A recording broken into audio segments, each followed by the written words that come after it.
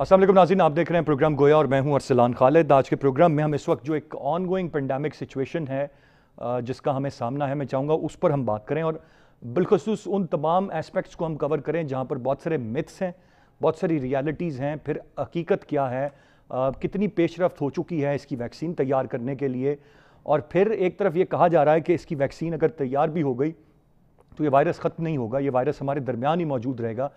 हम एक क़ुव्वत मुदाफ़त, एक सिस्टम डेवलप कर लेंगे और इस वायरस से नबरदाज़मा हो सकेंगे। इस वायरस का मुकम्मल ख़ात्मा मुमकिन नहीं है।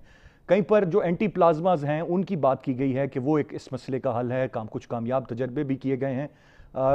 कुछ दुनिया के हिस्सों में जो एबोला के हवाले से एक वैक्सीन थी उसको भी इस करोना वायरस के लिए मुफीद करार दिया जा रहा है। तो अगर ये कहा जाए कि बहुत सारी चीज़ें, बहुत सारी रियलिटीज़ हमारे सामने आ रही हैं, लेकिन ऑन द अदर हैंड हम बहुत सारी चीज़ें नहीं जानते, फिर हमारे बहुत सारे फैसले यहाँ पर जो हुकूमत ने किए या पिछले हफ्ते जो सुप्रीम कोर्ट की जानिब से अहकामात आए कहीं ना कहीं उनको क्रिटिसाइज़ किया गया।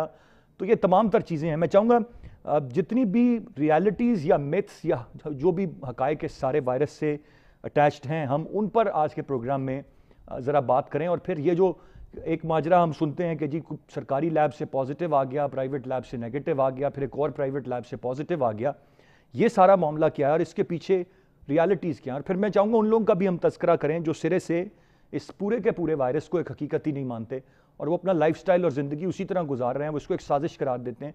तो ये तमाम तर चीज़ें मैं चाहूँगा तफसील से आज के प्रोग्राम में हम इनको एनालाइज कर सकें, इनको डायसेक्ट कर सकें, इन पर बात कर सकें। और बात करने के लिए प्रोग्राम में हमें आज ज्वाइन किया डॉक्टर जमाल नासिर साहब ने। आप सदर हैं पाकिस्तान ग्रीन टास्क फोर्स के और मुख्तलिफ जो बीमारियाँ हैं जिनमें हेपेटाइटिस है, पोलियो है, उनके बारे में कंप्लीट नॉलेज रखते हैं। और इसी नॉलेज का आज फ़ायदा उठाते हुए हम चाहेंगे कि कोरोना वायरस के हवाले से हम जो भी आगाही हासिल कर सकते हैं हम वो करें। डॉक्टर जमाल साहब, बहुत शुक्रिया आपने प्रोग्राम में ज्वाइन किया। सर, सबसे पहले तो ये बताइएगा कैसे देखते हैं आप इस बात को जो कि हम चले गए, पहले हमने लॉकडाउन कहा, वो पार्शल लॉकडाउन रहा, फिर हम सॉफ्ट लॉकडाउन की तरफ, फिर स्मार्ट लॉकडाउन की तरफ, और फिर हमने लॉकडाउन ख़त्म किया। सुप्रीम कोर्ट ने कहा जी मॉल्स भी खोल दें, 7 दिन खोल दें। वायरस भी हम देख रहे हैं जैसे जैसे टेस्टिंग हो रही है लोग ज़्यादा पॉजिटिव हो रहे हैं, अमवात भी हम देख रहे हैं हो रही है। बट क्या is it the new normal that now we have to live with? बिस्मिल्लाहिर्रहमानिर्रहीम। अरसलान साहब, आपने बहुत सारे सवालात जो है ना एक ही सवाल में कर दिए और मैं कोशिश करूंगा कि बारी बारी इनको सारों को टच करूं। पहली बात तो यह है कि दुनिया एक चीज़ पर पहुंच गई है और मुत्तफिक है और कि लॉकडाउन जो था वो हल नहीं था। उसकी वजह यह है कि ये दुनिया ने मान लिया है कि हर्ड इम्यूनिटी की तरफ जाना चाहिए। आपने जितने लोगों को छुपा के रखा, बेसिकली आपने उनको इम्यूनिटी की तरफ आने नहीं दिया और वो ज़्यादा रिस्क पे हुए कि वो जब भी निकलेंगे वो बीमार हो जाएंगे। बल्कि मैं आज ही एक प्रोफेसर माइकल जो कि 2013 के नोबल इनाम याफ्ता हैं केमिस्ट्री में और स्ट्रक्चरल बायोलॉजिकल साइंसेस पे बड़ा अबूर रखते हैं, उनकी एक वीडियो मैंने सुनी है और उन्होंने कहा है कि लॉकडाउन के होने से वायरस ने इतने लोगों को नहीं ख़त्म किया जितना ये इसके नुकसानात से लोग ख़त्म हो जाएंगे। यानी कि एक बंदा जो कि नोबल प्राइज़ रखता है उसकी ये बात को हमें अहमियत देनी चाहिए। मैं डॉक्टर साहब चाहूँगा, चूँकि हम बड़ा तफसील से आज के प्रोग्राम में ये बात करना जा रहे हैं, तो मैं चाहूँगा जहाँ जहाँ को कन्फ्यूजन है वो क्लैरिटी मिलती रहे। आपने कहा कि इसको लोगों को बंद नहीं रखना चाहिए था, जब वो निकलेंगे तो अचानक ये वायरस फैलेगा, और अब आप साथ ही फरमा रहे हैं कि लॉकडाउन की वजह के ज़्यादा असरात आए। तो क्या लॉकडाउन जो पूरी दुनिया ने किया था वो गलत था? नॉर्मल लाइफस्टाइल में दुनिया जीती और खुद से इम्यूनिटी डेवलप करती, ये नुक्ता है? जी, आपने बड़ा अच्छा सवाल किया। हुआ ये है कि आपको पता है इस वक्त फ्रांस में, स्पेन में सबसे ज़्यादा फैला है इस वक्त। आप देखें फ्रांस में 15% पे मॉर्टेलिटी रेट गई है और तकरीबन कोई 2 लाख के करीब उनके हुए हैं। वहाँ का एक पास्चर इंस्टीट्यूट है, उसने एक अभी पब्लिश किया है आर्टिकल कि क्योंकि फ्रांस में तकरीबन कोई 2.25 लाख के करीब जो है बंदे जो है वो इसके इन्फेक्टेड हुए थे और काफ़ी ज़्यादा हलाकतें हुई थी। तो उन्होंने जब वो मास लेवल पे एंटीबॉडी टेस्ट और दूसरे किस्म के टेस्ट किए, जो बदकिस्मती से हमारे यहाँ अभी तक हुकूमत इजाज़त नहीं दे रही, तो उन्होंने जो रिसर्च की पता चला कि बेसिकली ये 2 लाख इन्फेक्टेड नहीं थे। आपको पता है फ्रांस की आबादी जो सिर्फ 7 करोड़ है।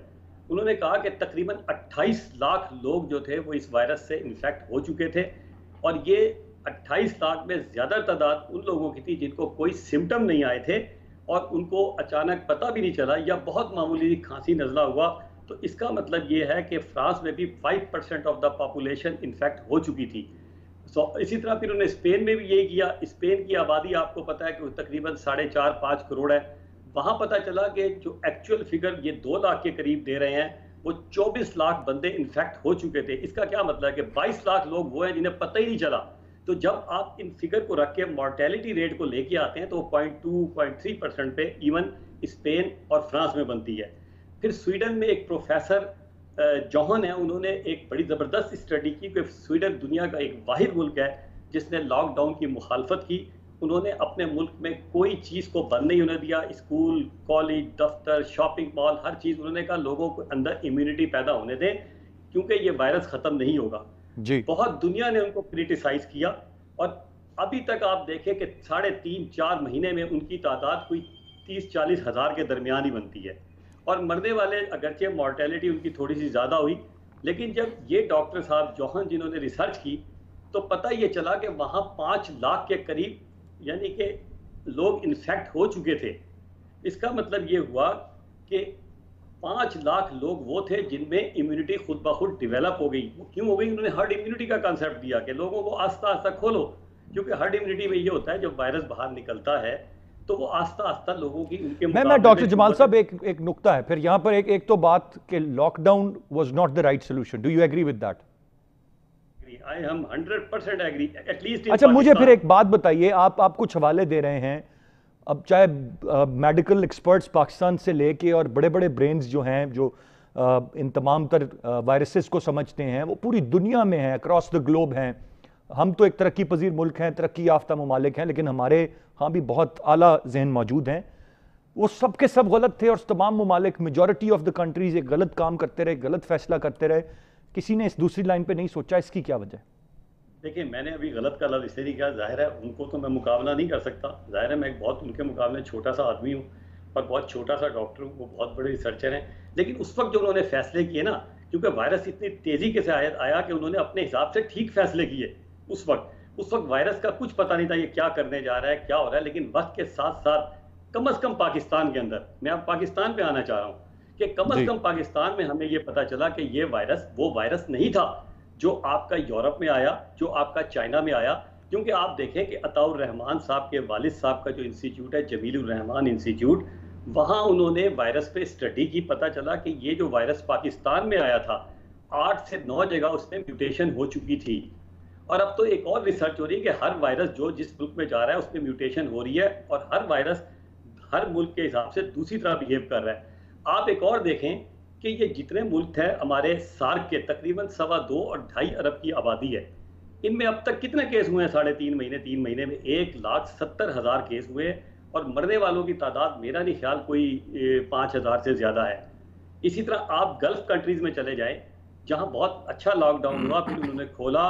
वहाँ भी इस वक्त जो गल्फ कंट्रीज है 12, उनमें 1 लाख यानी कि तकरीबन आप समझ लें कि वहाँ भी फिगर ऐसी है कि ना होने के बराबर। अफ्रीका में चले जाएं वहाँ भी ना होने के बराबर। पाकिस्तान में भी आपको एक मज़े की बात कहूँ कि अगर हम डाटा ये जो है ना थोड़ा सा कर ले, जो अब तक बदकिस्मती से हमने ये डाटा कलेक्ट नहीं किया कि कितने बंदे जो है वो वायरस का शिकार हुए हैं, कितने लोग वो थे जिनको कोई सिम्टम्स नहीं आए और उनमें इम्यूनिटी पैदा हो गई, कितने लोग वो थे जिनको थोड़ा बहुत नज़ला जुकाम खांसी हुआ। क्योंकि आप PCR टेस्ट हर बंदे का नहीं कर सकते। PCR एक बड़ा महंगा टेस्ट है, बड़ा टेक्निकल टेस्ट है और अभी तक मैं समझता हूँ कि उसके इतने टेक्निकल जो है ना लोग पैदा नहीं हो सके कि जो PCR को बहुत अच्छे तरीके से कर लें। उसकी जगह हुकूमत को चाहिए कि एक ख़ास इलाके को जहाँ 1,00,000 2 लाख उनके एंटीबॉडी टेस्ट करें। उससे पता तो चले कि हमारे इस वक्त मुल्क में कितने लोग हैं जिनको वायरस होके ठीक भी हो चुका। इस वक्त रिसर्चेज हो रही हैं बहुत सारे अस्पतालों में, ख़ास तौर पे पिम्स में एक रिसर्च हमारी हो रही है। हमने उनमें देखा कि वो डॉक्टर जो इन लोगों के साथ या स्टाफ था जो कोरोना के मरीजों के साथ रहता है, उनके अंदर कोई सिम्टम्स नहीं आए, उनमें एंटीबॉडी निकली कि नहीं निकली। एंटीबॉडी बुनियादी तौर पे ये होती है कि जब किसी शख्स के अंदर वायरस दाखिल होता है तो 2 तरह की एंटीबॉडी पैदा करता है। एक शुरू की एंटीबॉडी जिसे हम IgM कहते हैं, जब ये होती है तो ये इन्फेक्शन को जाहिर करती है। लेकिन थोड़े अरसे के बाद 14 दिन के बाद एक और एंटीबॉडी पैदा होती है जिसे हम IgG कहते हैं। हम अगर IgG लोगों को चेक करना शुरू कर दें और जिन लोगों के अंदर IgG एंटीबॉडी आ गई है, इसका मतलब ये है कि वो लोग जो है इस बीमारी से महफूज हो चुके हैं। तो इसलिए हमें ये पीसीआर करने के बजाय अब एक डाटा कलेक्ट करना चाहिए। तो ये इस वक्त जो मॉर्टेलिटी रेट पाकिस्तान में केपीके को मिलाएं तो 2.1% बनता है और इसको केपीके को निकाल दें तो 1.5% बनता है। तो पता ये चलेगा कि ये 40-50 हज़ार 60 हज़ार की फिगर नहीं है, बल्कि हो सकता है ये लाखों में ये तादाद हो चुकी है। क्योंकि हम मान लेते हैं कि ठीक है, लेकिन मोर्टेलिटी रेट है और चूंकि सिम्टम्स जाहिर नहीं हो, कम हो जाएगा ना। देखें, अगर आप इस वक्त आप कहते हैं ये 50 फॉर एग्जाम्पल 60 हज़ार है, मैं कह रहा हूं ये 2,60,000 होंगे इस वक्त पाकिस्तान में, तो मोर्टेलिटी रेट जो 1.5% है वो 0.2% पे चला जाएगा, लोगों का खौफ दूर हो जाएगा। इसलिए एक तो मेरी इल्तिजा मुझे डॉक्टर साहब ये फरमाइएगा, जो लॉकडाउन खुलने की बात थी तो बड़ा एक वावेला हुआ और बहुत सारे डॉक्टर्स रात में प्रेस कॉन्फ्रेंसेस की, और ये मरहलावार जब जब खुलता रहा तो वो प्रेस कॉन्फ्रेंसेस हम देखते रहे जहां पर कहते रहे खुदारा ये ना करें। आज आपकी क्या राय होगी कि ये बेहतर किया कि ये काम कर दिया कि लॉकडाउन को खत्म कर दिया? बहुत अच्छा किया सर, मैं तो उसका हामी हूं कि 24 घंटे लॉकडाउन को खत्म होना चाहिए। ये मैंने बड़े दिन से इस बात पे लड़ रहा हूं, 24 घंटे, क्योंकि मैं अभी भी समझता हूं कि पाकिस्तान में कोरोना वायरस इतना बड़ी वबा नहीं है। ये जो आपके मीडिया में चल रहा है या ये जैसे टेलीफोन करते हैं हेलो तो जानलेवा बीमारी है, हर बंदा कहता है, ऐसा नहीं है। देखें ना, फिगर से बात करें। मैंने आपको फिगर दी है कि 100 में से इशारिया 2 बंदे मर रहे हैं, और ये भी इशारिया 2 बंदे बड़ी इंटरेस्टिंगली सुन लें अस्पतालों में क्या हो रहा है। जब एक मरीज किसी वजह से भी इमरजेंसी में जाता है और मर जाता है तो उसके लवाहिकीन को कहा जाता है कि इसका हमने कोरोना टेस्ट करना है। अब जब कोरोना टेस्ट का रिजल्ट 3 दिन तक आता है तो उनके लवाहिकीन को ये कहा जाता है कि आप 3 दिन इंतजार करें, जब तक ये टेस्ट नहीं आएगा बॉडी को दफना नहीं सकते। दूसरी सूरत में उनके लोगों को कहा जाता है कि आप लिख दें कि ये कोरोना पॉजिटिव है तो हम खुद इसको दफना देंगे। ये आपके सरकारी अस्पतालों में हो रहा है। नहीं, ये डॉक्टर जमाल साहब, फिर ये कोरोना ना हुआ, ये तो कोई साजिश है, कोई आलमी साजिश है? नहीं, मैं ये नहीं कहूंगा कोरोना। अनफॉर्चुनेटली हुआ ये कि हर बीमारी कोरोना नहीं होती। नमूनिया से देखें, 2017 में एक बहुत खौफनाक वेव आई थी पाकिस्तान में फ्लू वायरस के नाम से, उसमें बहुत लोग मरे थे, कोई डॉक्यूमेंटेड नहीं है। तो ये हर साल आता है और हर नमूनिए को, हर लंग्स की बीमारी को, हर सांस को चढ़ने वाले को, हर बुखार को आप कोरोना नहीं कह सकते। मैं साजिश का लफ्ज़ बिल्कुल इस्तेमाल नहीं करूंगा, मैं सिर्फ ये कहूंगा कि ये वायरस भी फ्लू की तरह, अब नज़ला जुकाम की तरह बिहेव कर रहा है। आप यकीन कीजिए, आप पूरे पाकिस्तान के अस्पतालों को विजिट करें, इस वक्त तकरीबन मुझे डॉक्टर साहब, मैं एक तरफ तो बहुत मुझे पॉजिटिव नजर आ रही हैं चीज़ें, लेकिन साथ साथ मैं बड़ा कंफ्यूज होता जा रहा हूँ, क्योंकि वो बिल्कुल दूसरी चीज़ें हैं जो हमें बाकी डॉक्टर्स रात बताते रहे हैं या जो हम सुनते रहे हैं, और अब जो आप बात कह रहे हैं ये बिल्कुल मुख्तलिफ है। तो मैं चाहूँगा इस पर मजीद क्लैरिटी हो जाए। आपकी नज़र में कोरोना वायरस एक वायरस है जो एग्जिस्ट करता है, लेकिन पाकिस्तान में ये शायद उतनी शिद्दत से नहीं है जितनी शिद्दत से इसका आगाज़ हुआ था। मैं दुरुस्त कह रहा हूँ सर? बिल्कुल आप दुरुस्त कह रहे हैं। पहली बात तो ये है कि मुझे नाराज होगा, मेरे डॉक्टर हैं, डॉक्टर का काम ये नहीं है कि मीडिया पे आके ना आंसू बहा के लोगों को डराएं। डॉक्टर का काम ये है, मरीज मर भी रहा है ना, कैंसर का मरीज है, आखिरी स्टेज में है, तो हम कहते हैं यार तुझे कुछ नहीं होगा। डॉक्टर का काम है हौसला देना। देखें, एहतियाती तदाबीर ज़रूर आप कहें, मैं उस पर नहीं कभी भी कोई मुख्तलिफ आरा करूंगा, लेकिन ये वाली बात बिल्कुल गलत है। क्योंकि अब देखें ना, 3-3.5 महीने होने जा रहे हैं। डॉक्टर जमाल साहब, सोशल डिस्टेंसिंग होनी चाहिए, ये हाथ धोने की बात, मास्क पहनने की, ग्लव्स की, ये सारी बातों से आप इत्तेफाक करते हैं, ये तो दुरुस्त है ना सर? इस पे तो 100% इत्तेफाक करता हूँ कि सोशल डिस्टेंसिंग होनी चाहिए। इस बात से इत्तेफाक करता हूँ कि मास्क का इस्तेमाल करना चाहिए, क्योंकि 98% बंदा इस वायरस से महफूज रह सकता है। साबुन से हाथ धोना चाहिए। जो एहतियाती तदाबीर हुकूमत कह रही है वो करनी चाहिए, इस पर तो कोई दो आरा नहीं है, इस पर तो कोई इख्तलाफ नहीं है। लेकिन जो आपका सवाल है ना कि क्या पाकिस्तान में ये एक खतरनाक हद तक फैला हुआ है, मैं इस पे कह रहा हूं कि ये खतरनाक हद तक नहीं, बहुत ज्यादा फैला हुआ है। लेकिन जो मरने वालों की तादाद है वो बहुत कम है, उसकी बहुत सारी वजूहत है। वो जितनी बताई जा रही हैं, जो रिपोर्टेड हैं, वो उतनी हैं आपकी नजर में, या रिपोर्ट ज्यादा? नहीं, मैं कुछ और कह रहा हूँ। मैं 0.2% पे लेके जा रहा हूँ मॉर्टेलिटी, यानी कि 100 में से इशारिया जो फ्लू से भी मरते हैं, जो नज़ला जुकाम से भी मरते हैं। मुझे तो अफसोस ये होता है कि हम कोरोना लोग बैठ गए हैं। कभी हमने ये नहीं सोचा कि अच्छा, मैं पहले इस पे आता हूँ, जो आपने सवाल किया था ना वायरस पे, वो बड़ा जरूरी है कि ये वायरस जमीलुर रहमान इंस्टीट्यूट में तय हुआ कि ये जो वायरस आया है मुख्तलिफ वायरस है, और अताउर रहमान साहब ने टीवी मीडिया में बड़े टॉक्स में इसका जिक्र किया है, और इसकी जो खतरनाक यानी कि इसको की सलाहियत है वो मुख्तलिफ है पूरे गल्फ एरिया में।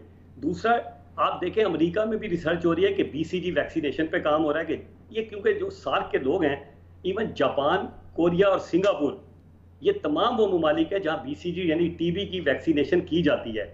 और ये भी एक स्टडी अमेरिका में शुरू हो चुकी है और उन्होंने BCG वैक्सीनेशन शुरू करा दिए कि वो ममालिक जहाँ टीबी की वैक्सीनेशन दी जाती थी वहाँ अब ये इतनी प्रॉब्लम नहीं आई।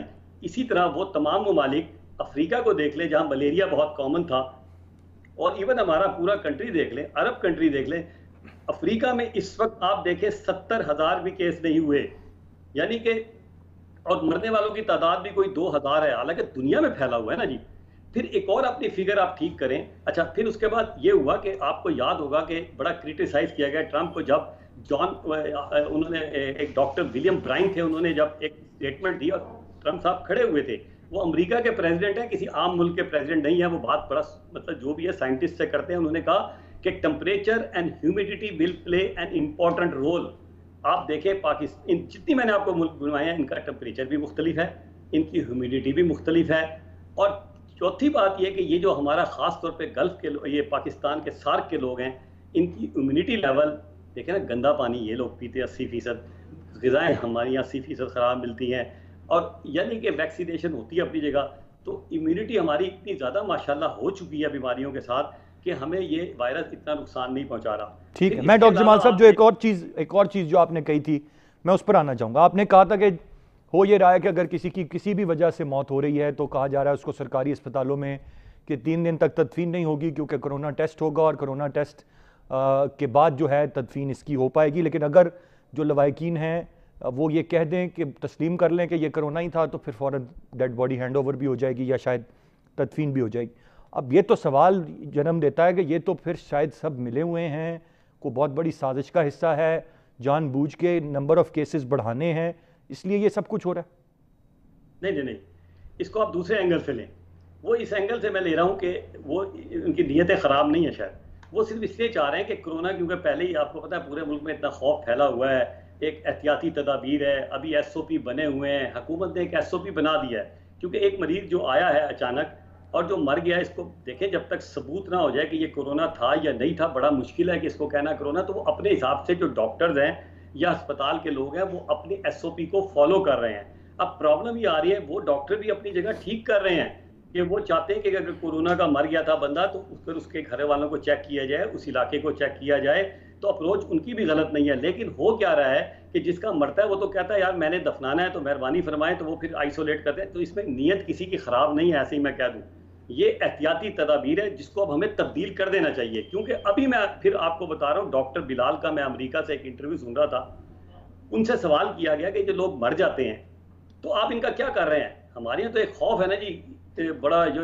बस बंदे को अलहदा कर दो और 10-5 बंदे साथ हों और चाहे मुस्लिम और नॉन मुस्लिम्स को दफना देते हैं। उन्होंने कहा जी अमेरिका में एक बात तो तय है कि जो मरने वाला है मुसलमान खास तौर पे, जब उसको हम नहा धुला के, ज़रूर है जो नहलाने वाला है उसने कपड़े प्रोटेक्टेड पहने हो, ग्लव्स पहने हो, मास्क पहना हो, मरने वाले के मुंह से जब तक, देखें ये वायरस एक ही सूरत में एक दूसरे को जाता है, जब एक आदमी खांसता है और दूसरा आदमी सांस लेता है। मरा हुआ आदमी क्योंकि ना खांसता है ना सांस ले सकता है, और जब आप उसको नहला धुला के, आप एक तरफ कह रहे हैं कि 20 सेकंड जब अगर धो तो वायरस खत्म हो जाता है, तो वो वहाँ अमेरिका में ये कर रहे हैं कि उसको बाकायदा अच्छी तरह नहलाते धुलाते और बाकायदा जनाजे हो रहे हैं। ये वाला कंसेप्ट वहाँ नहीं है जो हमने डेवलप किया है। ठीक है डॉक्टर जमाल साहब, ये गुफ्तगू का सिलसिला जारी रहेगा, मुझे एक ब्रेक की जाने बढ़ना है, ब्रेक से वापस आते हैं, इस पर मजीद बात करते हैं और जो मजीद क्लैरिटी है वो इस पर लेते हैं, साथ रहिएगा।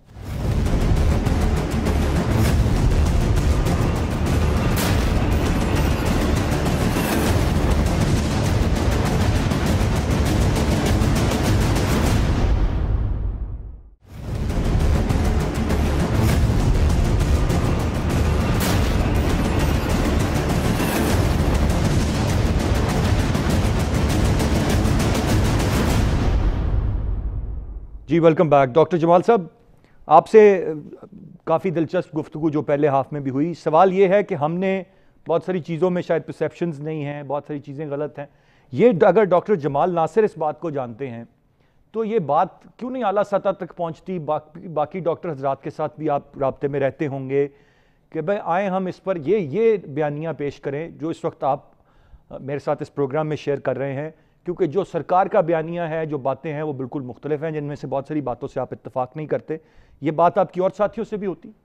मेरा ख्याल है ऐसा नहीं है। अगर आप देखें एनडीएमए के चेयरमैन जनरल अफजल की जितनी भी ब्रीफिंग और प्रेस कॉन्फ्रेंसेस सुने, वो कहते हैं मैं शुरू से ही लॉकडाउन के हक में नहीं था। ये बहुत बड़ी स्टेटमेंट है नेशनल डिजास्टर मैनेजमेंट अथॉरिटी के चेयरमैन की, जो खुद एक डॉक्टर जनरल जमाल है। साहब, आप आपने दुरुस्त फरमाया, इमरान खान साहब भी यही कहते हैं, जी, मैं सुप्रीम वही आ कोर्ट रहा ने हूँ। भी यही कहा। तो फिर कौन है जो ऐसा ही करवाता है है लॉकडाउन? सर सवाल तो ये पैदा होता है।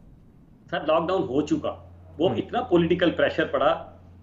सिर्फ सबसे पहले तो देखे ना, इतना ज्यादा पॉलिटिकल, असल में हमारा प्रॉब्लम ये है कि जो हम बुरी चीजें ना वो दुनिया की फौरन एक्सेप्ट करते हैं और अच्छी चीजों को एक्सेप्ट नहीं करते। दुनिया ने लॉकडाउन किया, हमने अपने माशी हालात को नहीं देखा। मैंने आपको कहा ना, हमने अपने माशी हालात को देखा ही नहीं और आंखें बंद करके, और जिस मुल्क में सर 7 से 8 करोड़ बंदे, मैं वो बात एक आ रहा था दूसरी तरफ पहले, कि जिस मुल्क में 1000 बच्चा रोजाना नमूनिया और डायरिया से मर रहा है, जिस मुल्क में 44,000 बंदा हर साल टीबी से मरता है, जिस मुल्क में 16,000 ट्यूबरकुलोसिस रेजिस्टेंट, यानी कि वो टीबी जिससे दवाइयां असर नहीं कर रही वो होते हैं, जिस मुल्क में 4 लाख लोग दवाई के बगैर हार्ट की बीमारियों से मर जाते हैं, जिस मुल्क के अंदर जो है वो एड्स इस कदर खौफनाक तेजी से फैल रहा है कि आप इमेजिन नहीं करते। कोई डाटा नहीं है इस वक्त, लाखों बंदे इस वक्त पाकिस्तान में एड्स के मरीज हैं। जिस मुल्क में 1 करोड़ 60 लाख हेपेटाइटिस बी और सी के वायरस लेके लोग फिर रहे हैं, 1 करोड़ 60 लाख। अब उनमें से भी ये है कि 5 लाख के करीब सिर्फ उनको इलाज की सहूलत मुयस्सर है या वो करा लेते हैं। इस वक्त पाकिस्तान में अंदाजे के मुताबिक 1 करोड़ 55 लाख लोगों के अंदर हेपेटाइटिस बी और वायरस मौजूद है, सी का। और इनमें से 70% लोगों को अल्टीमेटली जिगर फेल हो जाएगा, जिगर उनका खराब हो जाएगा, और उनमें से भी 5% लोग जो हैं उनको कैंसर हो जाएगा। कभी आपने ये सारे जो लोग हैं इनको मिलाएं तो ये 20 लाख के करीब वो बीमारियां जिनको आप रोक सकते हैं। कभी हमने नहीं सोचा कि यार 20 लाख को जो है ना सोचें हम। जो 3 महीने में सुप्रीम कोर्ट ने सही कहा कि अब कोरोना इतना मसला नहीं, और आप देखें कितना अरबों रुपए लगा दिया गया। भाई हमें चाहिए प्लानिंग करें, और हम इतनी प्लानिंग करें कि 20 लाख बंदा मर रहा है, इसका कभी किसी ने सोचा है? 1000 बच्चा रोज मरता है। कभी थरपारकर में जब बंदे भूखे मरते हैं बच्चे, उस वक्त किसी ने आवाज नहीं उठाई होती? इस तरह सारे मुल्क में मिलकर सारा मीडिया आ जाए, सारे लोग आ जाए, सारी हुकूमतें आ जाए, सारी पोजीशन। मेरा मकसद ये है कि हमें अपनी प्रियोरिटीज देखनी चाहिए। हमारी वो 20 लाख प्रियोरिटी है। कोरोना तो खत्म, कोरोना वैसे चलेगा, लेकिन अगर आप ये समझ रहे हैं कि ये तबाह बर्बाद कर देगा मुल्क को, तो ऐसा नहीं है। 26 फरवरी को पहला केस आया, और लेकिन क्या किसी की भी सर मौत नहीं होगी कोरोना से? ये नॉर्मल नज़ला जुकाम सबके लिए हो गया या कुछ के लिए सीरियस? नहीं, वो मैं आ रहा हूं। पहले तो मैं आपको एक दलील दूं ना कि 26 फरवरी को आया, और इस वायरस की ये क्वालिटी है कि ये जो स्टडी हुई है 1 से 5 लोगों को लगता है। 26 फरवरी से पहले भी मौजूद होगा, लेकिन उस वक्त किट आई और हमने डायग्नोज किया। तो अब हर रोज 5 से जरा मल्टीप्लाई करें, 1 से अगले दिन 5 हुए, 5 से 25 हुए। जब आप ये करते जाएंगे तो पता चलेगा कि आपके मुल्क के अंदर तो इस वक्त करोड़ के करीब ये वाला जो वायरस है वो लोगों को इन्फेक्ट कर चुका है। और अगर मैं मान लूं इतने अरसे में कि टेस्टिंग की प्रॉब्लम थी, तो फिर तो सर सड़कों पे लाशें होनी चाहिए थी। आज भी आप कब्रिस्तान का सर्वे कराएं, जो मैंने कराया है, मैं खुद कब्रिस्तानों की रिसर्च ली है पिंडी इस्लामाबाद की। अगर पहले 10 मरते थे लोग दिन में फॉर एग्जांपल, तो 8 लोग मर रहे हैं। अगर कोरोना इतना ही बड़ी बीमारी होती तो आज 10 की जगह कब्रिस्तानों में 20-20 लोग होते। ये डॉक्यूमेंटेशन है, मतलब कुछ जबानी बातें नहीं है। असल मसला ये हो रहा है, ये क्यों नहीं हमारे सरकार, बाकी लोग क्यों नहीं इस बात को समझ पा रहे? वो फिर क्यों खौफ फैलाते हैं? वो फिर क्यों लॉकडाउन की तरफ गए? वो फिर क्यों कहते रहे कि जानलेवा है, हर तरफ पैगामात, चीजें, ये सब क्यों होता रहा? अगर डॉक्टर जमाल नासिर साहब ये बात जानते हैं। देखिए, मैंने ये नहीं कहा होता क्यों रहा, उस वक्त के हिसाब से, क्योंकि वायरस नया आया था, एक खौफ था दुनिया में उस वक्त के हिसाब से। लेकिन देखें उस वक्त के हिसाब से तो जो फैसले किए ठीक किए, लेकिन अब बदकिस्मती तो उन्हें चाहिए कि ये जो सरकारी प्रोफेसर जिन्होंने बिठाए हुए हैं ना, उनकी जगह जो पुराने रिटायर्ड लोग हैं, बड़े बड़े नाम के डॉक्टर हैं, उनका एक फोरम बनाएं, थिंक टैंक बनाएं और उनसे डिस्कशन करें। मिसाल के तौर पे दुनिया में, जर्मनी में, अमेरिका में, इंग्लैंड में एंटीबॉडी टेस्टिंग शुरू हो चुकी है, और महीने से 1.5-2 महीने हो गए उन्होंने रिसर्च भी कर दी कि हमारे यहाँ ये, अब उन्होंने कहना शुरू कर दिया हमारे यहाँ ये मसला नहीं है, अब हमारी बहुत तादाद कम है, हमारे यहाँ हुकूमत जो है वो इजाज़त नहीं दे रही। अब इसके फ़ायदे देखें कितने हैं। पहला फ़ायदा ये कि जो डॉक्टर, पैरामेडिकल स्टाफ और जितने लोग नर्सिस उसके साथ काम कर रहे हैं, आप रोज़ाना उनको जो किटें प्रोवाइड करते हैं वो 10,000 रुपये में पड़ता है, डॉक्टर भी नर्स भी। और रोज़ अखबार में और टीवी में एक रोला पड़ा होता है कि जी डॉक्टर या पैरामेडिक या हेल्थ वाले कहते हैं हमें किटें नहीं मिल रही। और हुकूमत डंडे भी मारे हैं, हुकूमत ने आपने देखा अंदर भी डॉक्टरों को किया। इसका बड़ा आसान हल है कि उन तमाम लोगों की जो इन लोगों के साथ कर रहे हैं एंटीबॉडी आईजीजी का टेस्ट करा लें। जिन हेल्थ वर्कर के अंदर ये टेस्ट पॉजिटिव आ जाए उनको वायरस कुछ नहीं कहेगा, उनकी आप ड्यूटियां लगा दें कोरोना वायरस के वार्ड में। एक तो फायदा ये होगा कि जो 10,000 रुपए का आप रोज खर्चा कर रहे हैं, ये एक टेस्ट है जो बड़ा सादा है, सिंपल है और बड़ी जल्दी हो जाता है, खून से हो जाता है। इसका फायदा ये होगा कि वो डॉक्टर सिर्फ मास्क पहन के और ग्लव्स पहन के ड्यूटी करेगा तो वायरस उसको कुछ नहीं कहेगा। इसी तरह ये डाटा कलेक्ट होना चाहिए कि कितने लोग हैं, क्योंकि बहुत सारे हमारे सेहतमंद लोगों के अंदर ये आईजीजी आ चुकी है। ये मैं आपको बता रहा हूँ, मैंने आपको बताया था पिम्स के हमने जब ट्रायल किया तो पता चला कई डॉक्टर ऐसे हैं जिनमें एंटीबॉडी आ चुकी है। इसका मतलब ना उन्हें कोई प्रॉब्लम हुई थी। अनफॉर्चुनेटली हमारे यहाँ रिसर्च का कंसेप्ट बहुत थोड़ा है, ये प्रॉब्लम आ रही है हमें। अभी तो हमें कोई डाटा नहीं है, कोई कैलकुलेशन नहीं है। दुनिया इस वक्त रिसर्च ये कर रही है कि वायरस आया था, आ गया, तबाही हो गई, लेकिन अब इसको कैसे हमने आगे चल के करना है वो इस पर रिसर्च कर रहे हैं, वो डाटा बना रहे हैं, कैलकुलेशनें कर रहे हैं। और हम अनफॉर्चुनेटली इस काम में लगे हुए हैं। हर आप शय उठा के देखें, हमारे सारे लीडर जिनके पेट भरे हुए हैं, जिनको भूख का मसला नहीं है। आप एक बात याद रखें, जितने चैनल पे बैठ के, नाराज होइएगा मेरी बात से, लोग लॉकडाउन की बातें कर रहे हैं, वो तमाम लोग हैं जिनके घर के चूल्हे भी जल रहे हैं, जिनके पेट भरे हुए हैं, जिनका खाने पीने का कोई मसला नहीं है। जिस मुल्क के 8 करोड़ अवाम एक वक्त की रोटी खाते हो, एक वक्त की रोटी, ये तो प्राइम मिनिस्टर ने कहा है, मैंने नहीं कहा, और बहुत सारे करोड़ अवाम जो मुश्किल से 2 वक्त की रोटी खाते हो, वहां आपने लॉकडाउन करके उनको मार के रख दिया है। और आप लेकिन डॉक्टर जमाल साहब, बहुत सारे लोग तो बैठ के ये भी बात कहते हैं कि जी बताइए कि इस मुल्क में कौन भूख से मरता है, कौन भूख से मरा। यहाँ पर तो एक दूसरे का ख्याल करने वाली कौम है, रोटी सबको यहाँ पर मिल जाती है। भूख से कोई एक मौत जो रिकॉर्ड हुई हो इस लॉकडाउन के 2 महीनों के दौरान, वो कोई बता दे कि फलां शख्स रोटी ना मिलने की वजह से मर गया। ये भी तो लोग सवाल करते हैं। बिल्कुल आपने जायज सवाल किया। तो शुक्र करें कि हमारा कल्चर ऐसा है, वो शुक्र करें कि हम लोगों का ख्याल करते हैं। लेकिन देखें, फिर भी जरा सोचें ना, जो एक वक्त की रोटी, आपने क्या 7 करोड़ लोगों को रोटी दे दी? नहीं दे सके। आपने एहसास प्रोग्राम किया, आपने 2 से बड़े अच्छे प्रोग्राम शुरू किए हों, लेकिन वो सब तक पहुंचे नहीं पहुंचे। आप यकीन करें, आप डाटा कलेक्ट कर लें, तलाक की शरह बढ़ गई है, लड़ाई झगड़ों की शरह बढ़ गई है, नफ्सियाती बीमारियों की शरह बढ़ गई है, खुदकशियों की शरह बढ़ गई है। आप कमाल कर रहे हैं, लोग ज़हनी मरीज हैं। इस वक्त आप देखें कि साइकेट्रियों के जो डॉक्टर हैं, साइकेट्रिक डॉक्टर, उनके पास नंबर ऑफ पेशेंट बहुत इंक्रीज हो गए हैं। आपको पता है चाइना में जब वुहान में उन्होंने लॉकडाउन खोला तो सबसे बड़ा रश किस जगह पाया? हालांकि वहाँ इतना फैमिली ट्रेडिशन नहीं जितना हमारा है, तलाक के दफ्तर में। तो आप ये सोशल एस्पेक्ट सारे भूल जा रहे हैं, ये भी बहुत ज़रूरी है। एक एक फैमिली जो सेपरेट होती है तो पूरा पूरा ख़ानदान डिस्टर्ब हो जाता है। तो ये सारी बातें हमें जहन में रख के जो है ना, क्योंकि मैं तो चाहता हूँ किसी दिन आप 5 गरीब लोगों को बुलाएं, किसी झुग्गी वाले को बुलाएं, किसी गरीब आदमी को बुलाएं, फिर पूछेगा यार लॉकडाउन होना चाहिए कि नहीं होना चाहिए। कभी ये सर्वे आप करीब के इलाकों में जाके कराएं। नहीं सर, देखिए लॉकडाउन तो डॉक्टर साहब वो आइडियली नॉर्मल सिचुएशन में तो कभी किसी ने नहीं कहा कि लॉकडाउन कर दें। ये तो इसका हामी तो कोई नहीं है कि नहीं काम नहीं चले या कारोबार नहीं चले, वो तो हर कोई चाहता है। लेकिन बात यही थी कि जो आपको एहतियाती तदाबीर हैं उनमें लॉकडाउन इंतहाई ज़रूरी है, क्योंकि अदरवाइज़ वायरस फैलेगा, लोग मरेंगे, अमवात होंगी। उसको रोकने के लिए सरकार ने इस लॉकडाउन की बात की। अब गरीब आदमी से अगर हम पूछें तो वो तो जब ये अगर वाकई ऐसा होता, इतनी संगीन सूरत हाल, तब भी उसने कहना था भाई खैर है मैं ज़िंदा रह लूँगा, खोलो लॉकडाउन, मैंने अपनी रोटी का बंदोबस्त करना। तो किस तनाजुर में इस सारे मामले को देखा जाए कि गवर्नमेंट ने को खुशी से तो नहीं कहा, जहाँ आपने कहा कि चेयरमैन एनडीएमए का बयान आपने कोट किया, मैंने इमरान खान साहब की स्टेटमेंट दी कि वो इसकी फेवर में नहीं थे, लेकिन करना पड़ रहा था क्योंकि मजबूरी थी कि एक तासुर यही था कि जी बहुत तेज़ी से फैल जाएगा और अमवात इतनी हो जाएंगी कि दफनाने के लिए जगह कम पड़ जाएगी। देखिए, मैंने आपसे इख्तिलाफ नहीं किया इस बात पे। शुरू में यही तासुर था, लॉकडाउन शुरू में ठीक हुआ, मैं ये नहीं कहता डे 1 से गलत हुआ है, क्योंकि पता नहीं था कि ये वायरस कैसे बिहेव करेगा। उस वक्त बिल्कुल ठीक किया गया, क्यों पता नहीं था कि 100 में से 50 बंदे मार देगा। उस वक्त बिल्कुल हुकूमत ने सही फैसला किया था, जो भी हुकूमतों ने किया। लेकिन जब वक्त के साथ साथ आप फैक्ट एंड फिगर पे बात करें तो पता ये चला कि ये वायरस पाकिस्तान में इतना खतरनाक नहीं है।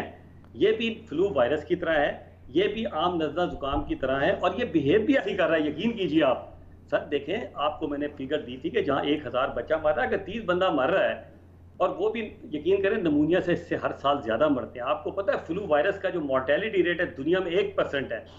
हमें वो चीज़ों को नज़रअंदाज नहीं करना चाहिए। तो इसलिए मैं ये बार बार कहता हूँ कि वो उस वक्त लॉकडाउन ठीक हुआ था, फिर आस्ता आस्ता एक कंसेप्ट आया स्मार्ट लॉकडाउन का, वो भी ठीक हो गया। लेकिन जब जो स्टडियाँ आ रही हैं दुनिया की, मैंने आपको फ्रांस की, स्पेन की, मैंने आपको न्यूयॉर्क अमेरिका की, मैंने आपको स्वीडन की स्टडी दी है कि अब वो भी मान रहे हैं कि हर्ड इम्यूनिटी की तरफ जाना चाहिए, लोगों को ज़्यादा एक्सपोज करें, लोगों में इम्यूनिटी पैदा करें। अब तो वो भी कह रहे हैं, आप देखें अमेरिका में क्या हुआ है ख़ास टाइम के बाद, वो हमसे ज़्यादा वेल ऑफ लोग हैं, वो हमसे ज़्यादा खाते पीते लोग हैं, वहाँ खाने पीने का कोई प्रॉब्लम नहीं है। वहाँ आप देखेंगे जब एक ख़ास टाइम गुजर गया तो वहाँ अमेरिका की सड़कों पे लोग खुद ब खुद निकल आए हज़ारों की तादाद में कि लॉकडाउन कबूल नहीं है। तो आप ये सोचें, वो माशरा जहाँ इकॉनमी बड़ी ज़बरदस्त है, वो लोग तक परेशान हो गए। आप यकीन कीजिए कि अगर थोड़े दिन और ये लॉकडाउन ना खोलते तो बहुत खौफनाक सूरत। अच्छा डॉक्टर साहब, जो अमवात, रिकॉर्ड अमवात हमने यूरोप में, बरतानिया में, अमेरिका में देखी, वहाँ ये वायरस क्या डिफरेंट शक्ल में है पाकिस्तान से, और फिर इम्यून सिस्टम उतना अच्छा नहीं है, और ये रियलिटी है कि वहाँ ये सारी अमवात कोरोना से ही हुई हैं और इतने बड़ा फिगर? नहीं देखें, ये तो दुनिया में पहली बात ये कि ये तो मैंने अभी आपको सारी अपनी फैक्ट एंड फिगर से साबित किया है कि पाकिस्तान और भारत और ये बंगला, भूटान, ये सारे जो सार्क की कंट्रीज़ हैं, अफ्रीका, ये सारी, इनमें कम से कम हमारे सार्क कंट्री में जो वायरस आया है वो म्यूटेट हो चुका है। ये तो अब कंफर्म हो गई है बात कि ये वो वायरस नहीं है अब जो यूरोप में फैला हुआ था। ये वायरस वो है, और खुदा का शुक्र अदा करें कि ये वो वायरस है जिसकी अब यानी कि तो पैथोजेनिसिटी है, जिसका मतलब है जो दो लोगों को मारने की सलाहियत रखता है, वो बहुत कम हो चुकी है। नहीं, वायरस तो एक ही है ना, या वायरस ही अलग-अलग है डॉक्टर साहब? नहीं, वो वायरस मुख्तलिफ है। मैं बार बार तो यही बता रहा हूँ, जो यूरोप का वायरस है, जो चाइना का वायरस है। अच्छा, मैं ये समझ रहा हूँ कि शायद वायरस की इंटेंसिटी यहाँ पे कम है, वायरस एक ही है, वहाँ पर ज्यादा। लेकिन मैंने आपको बताया था, मैंने अभी आपको बताया था कि अताउर रहमान के वालिद साहब जमीलुर रहमान इंस्टीट्यूट में स्टडी हो चुकी है कि वायरस 9 जगह से म्यूटेट कर चुका है। सही। अब आपको देखें, एक और बड़ी इंटरेस्टिंग बात आ गई। अब ये जो आपने अक्सर लोगों का सवाल होता है ना, किटें, आपको सवाल ये करना चाहिए किटों का क्या मसला हो रहा है, क्योंकि किसी का पॉजिटिव आ रहा है, किसी का नेगेटिव आ रहा है। बिल्कुल एग्जैक्टली, वो मेरी लिस्ट में था जी सवाल, अच्छा हुआ आपने उसको एड्रेस कर दी। हाँ, अब देखें ना, अब सवाल ये हो रहा है कि यही इंपॉर्टेंट सवाल है कि इस वक्त वायरस पे बड़ी स्टडी हो रही है। एक तो तय हो चुका कि जो वायरस यूरोप का है वो पाकिस्तान का नहीं है, वो बदल चुका है। आप ये देखें, जब वायरस में म्यूटेशन होती है ना, या किसी भी इवन जीन्स में थोड़ी सी भी म्यूटेशन होती है, तो ये देखें थैलासीमिया की बीमारी हो जाती है, हीमोफीलिया की बीमारी हो जाती है, इवन लोग कहते हैं डायबिटीज, हाइपरटेंशन। अब तो क्रोमोसोम और जीन्स पे स्टडी हो रही है कि ये कहीं ना कहीं कोई ब्रेक डाउन होता है, तो जिससे जब वायरस का 8 जगह से म्यूटेट कर गया यूरोप वाला वायरस पाकिस्तान में, तो डेफिनेटली वो वायरस जो वहाँ बहुत खतरनाक था, जो चाइना में बहुत खतरनाक था, जो ईरान में बहुत खतरनाक था, वो अल्लाह के फजल से को अल्लाह ने आपके ऊपर करम कर दिया, और वो वायरस अब कम खतरनाक, पाकिस्तान का जो वायरस है मुख्तलिफ है और कम खतरनाक है। अब रहा टेस्ट का, अक्सर ये बहुत ज़्यादा यानी कि शोर हो रहा है और बड़ा जायज़ भी हो रहा है कि कहीं लेबॉर्ट्री का कुछ रिजल्ट आ रहा है, कहीं कुछ आ रहा है, और सुप्रीम कोर्ट ने भी इस बात पे कहा है कि सरकार कुछ दे देती है और प्राइवेट कुछ दे देती है। असल में इसमें बहुत सारी चीज़ें हैं। पहला फैक्टर तो ये है कि ये वायरस एकदम आया। जो पीसीआर है, इसकी किटें इतनी जल्दी डेवलप नहीं होती जितनी जल्दी डेवलप कर ली गई, सालों लग जाते हैं। तो वो चाइना ने सबसे पहले किटें लाई, क्योंकि चाइना का गुजर गया, वो बरतानिया और इधर उधर जब पहुंचा तो चाइना वालों ने किटें बनानी शुरू कर दी। उसके बाद अब अमेरिका और जर्मनी वालों ने बनानी शुरू कर दी। क्योंकि ये वायरस बहुत नया था, इनकी वो क्वालिटी किटों की नहीं है। अभी भी ये कोई लेबॉर्ट्री कंपनी क्लेम नहीं कर सकती कि हमारा पीसीआर 100% एक्यूरेट है। डॉक्टर साहब, आखिरी कुछ वक्त है, बिल्कुल मुझे वाइंड अप करना है। मैं ये समझूं कि मुश्किल वक्त हमने गुजार दिया पाकिस्तान ने, और अब कोई ऐसी खतरे की बात नहीं है, आप ये कहना चाह रहे हैं? सिर्फ अपनी एहतियाती तदाबीर सब जारी रखें। और मेरा यही है जो आपने बात की कि अल्हम्दुलिल्लाह हमारा वो खतरनाक टाइम गुजर गया है, लेकिन अब आवाम से एक गुजारिश है हाथ जोड़ के कि एहतियाती तदाबीर करें, मास्क का इस्तेमाल करें, सोशल डिस्टेंसेस रखें। जो हुकूमत वक्त ने आपको एहतियाती तदाबीर बताई हैं वो करें, अपने लिए नहीं, अपने घर वालों के लिए, अपने बुजुर्गों के लिए और अपनी कौम के लिए, क्योंकि ये वायरस अभी ख़त्म नहीं होगा, लेकिन इन एहतियाती तदाबीर से हम इससे बच सकते हैं। बिल्कुल सही। बहुत शुक्रिया अदा करना चाहूँगा डॉक्टर जमाल नासिर साहब, आपके वक्त का। बड़ी एक मुख्तलिफ नौइयत की गुफ्तगू और बहुत सारी मुख्तलिफ चीज़ें जो आज इस प्रोग्राम में हमें बिलखुसूस ईद के इन दिनों में जानने को मिली, क्योंकि एक तरफ बिल्कुल डिफरेंट बयानियाँ हैं, डिफरेंट नैरेटिव्स हैं, और जो डॉक्टर साहब ने कहा वो बिल्कुल डिफरेंट है। बट नेवरदलेस अगर ये जो बात डॉक्टर जमाल साहब की है, उसको भी अगर आप ये समझें और यकीन करें कि बिल्कुल वायरस अब उतना नुकसानदेह नहीं है, लेकिन जो उनकी आखिरी बात थी वो बहुत सिग्निफिकेंट है कि इसका ये मतलब नहीं कि आप एहतियात छोड़ दें। वो तमाम तर SOPs जो हुकूमत बता रही है उनको फॉलो करें, उन तमाम SOPs पर अमल दरामद करें, और ज़्यादा इस बात पे पैनिक करने या परेशान होने की शायद हमें अब उतनी ज़रूरत नहीं है। उम्मीद करते हैं जी कि बिल्कुल ये मामला ख़त्म हो जाए और सब को अल्लाह ताला अपने हिफ्ज़-ओ-मान में रखे। आज के प्रोग्राम से इतना ही। अरसलान खालिद को इजाज़त दीजिए। अल्लाह ने के बाद।